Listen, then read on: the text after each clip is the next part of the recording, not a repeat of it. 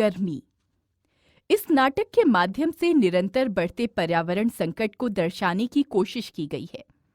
मनुष्य अपने स्वार्थ की पूर्ति हेतु प्रकृति का हमेशा दोहन करता रहा है और आज वह स्वयं भी पर्यावरण के बदलते चक्रों में फंसता जा रहा है। मध्याह्न का समय, सूरज की तपिश पूरी पृथ्वी को तपा रही थी। जीव जंतु, पेड़ पौधे भी इस गर्मी में झुलसने लगे थे। नदी, ताल, तालाब सूख गए। सूरज आसमान में इसी गंभीर सोच में डूबा हुआ है। वो अपने पर तरस खाते हुए सोचता है कि मेरे कारण बादल, चांद, ग्रह, नक्षत्रों का जन्म हुआ, लेकिन मुझको कोई दिल से नहीं चाहता। निराश सूरज आगे बढ़ते हुए अचानक बोलता है, हाय, तपते तपते युग बीत गए, कहीं मुझे आराम नहीं। उफ, कितना जल रहा हूं, किसी को मेरी परवाह नहीं है। अरे सूरज भाई, क्या हुआ? आज अपनी ही तपिश से तुम जल उठे। इन बेचारे जीवों का सोचो जो निरंतर तुम्हारी आग से झुलसते रहते हैं। तो मैं क्या करूं? मैं तो जीवों की भलाई के लिए ही तो युगों युगों से भटक रहा हूं। मैंने भी कब चैन की सांस ली है। तो फिर आज अपनी ही गर्मी से शिकायत क्यों? मुझे देखो, मैं कितना शीतल हूं। लोग मेरे आने का इंतजार करते हैं। तुम्हारी तपिश से झुलसकर बेचारे मेरे आने पर राहत महसूस करते हैं। तभी चंद्रमा ठिठक कर उनकी बातों में शामिल हो जाता है। हाँ, तुम ठंडक तो देते हो, लेकिन मेरी जितनी नहीं। तुम कभी कभी ही बरसते हो, जबकि मैं हर रोज निकलकर सबको ठंडक का प्रसाद देता हूँ। तुम्हारा ही नहीं, लोग मेरा भी इंतजार करते हैं। हाँ हाँ, बड़े आए ठंड के मालिक। अरे, मेरे कारण ही तो सृष्टि का जन्म हुआ है। तुम्हारे अंदर अगर शक्ति है तो तुम सृष्टि को रच कर दिखाओ। अरे सूरज भाई, तुम तो नाराज हो गए। हम तुम्हारी सत्ता को भला कहाँ नकार रहे हैं। तुम तो महान हो। तुम्हारे कारण ही हम जगमगा रहे हैं। और ये बादल, ये भी तो तुम्हारे कारण जन्मा है। क्यों, सही कहा है ना?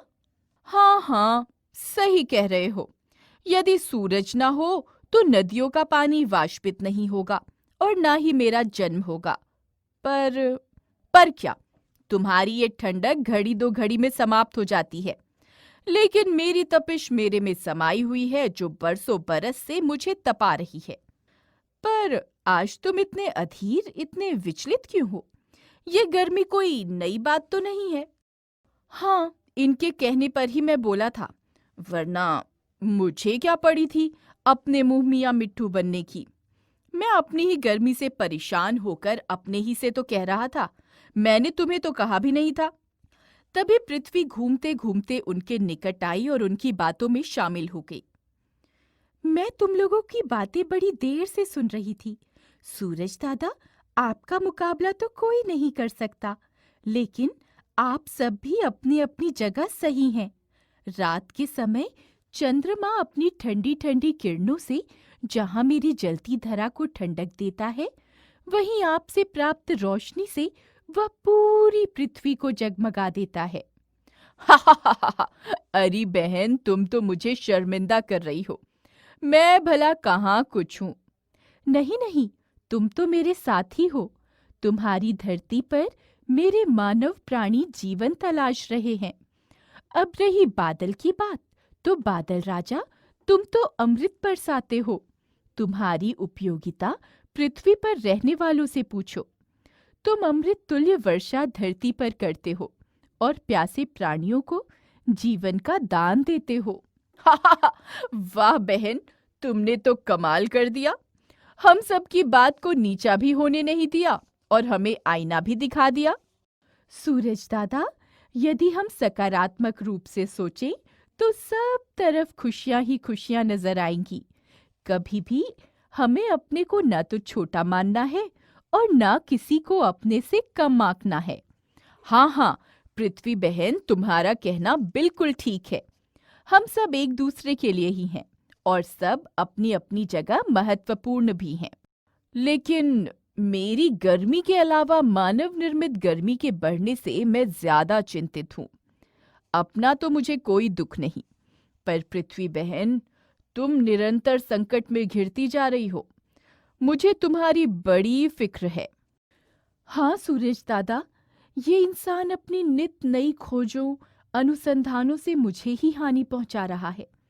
आज हर घर, ऑफिस, कार, बस, रेल सभी में एयर कंडीशनर होने से उनका बोझ मेरे ऊपर लादा जा रहा है। फैक्ट्री, कारखानों, मिलों व वाहनों के धुएं से पूरा वातावरण प्रदूषित होता जा रहा है। लेकिन मानव अपनी भावी पीढ़ी के बारे में न सोचकर निरंतर अपने आविष्कारों से प्रसन्न होते हुए इनका दुरुपयोग कर रहा है। हाँ, इन दूषित नदियों के जल से बनकर मैं भी दूषित होता जा रहा हूँ।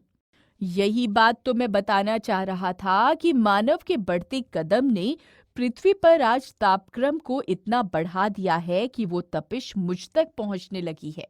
आओ, हम सब मिलकर इस मानव को सचेत करें। हे मनु के वंशजों, स्वीकार हमारा प्रणाम करो। कूड़ा कचरा धुआं तपिश को एक हद तक ही बढ़ावा दो। झुलसोगे तुम भी साथ, नहीं शान की कोई बात।